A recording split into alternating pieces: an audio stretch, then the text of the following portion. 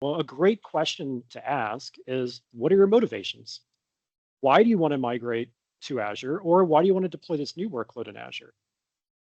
And sometimes the answer might shock you, but the reality is you can keep this stuff on premises. You can keep it in AWS or Google Cloud Platform. You can keep it with another provider.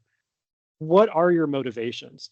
If we can understand the motivations and everyone is aligned on the motivations, then we want to start asking ourselves, what's the objective here? What's the outcome?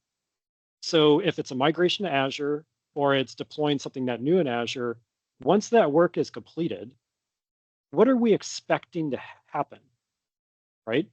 Are we expecting us to be more efficient with our costs?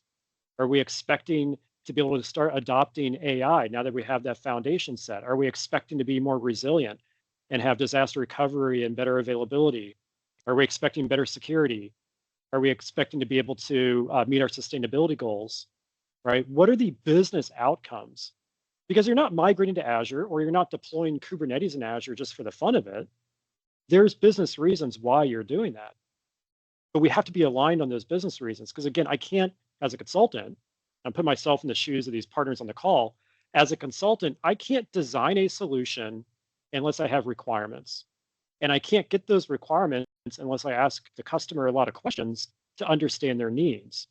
And this part in CAF, and CAF is just a framework, right? It guides you through it. But I have to understand the business side of this so I can properly design a solution that meets your needs.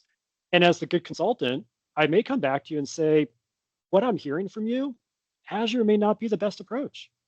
I may have to be real with you too. So it's understanding motivations and then getting to outcomes and objectives and really getting aligned with everybody who's involved. So that's kind of how I look at these conversations, but it really has to happen in a methodical way of where we start with the why first and then we work through all of this.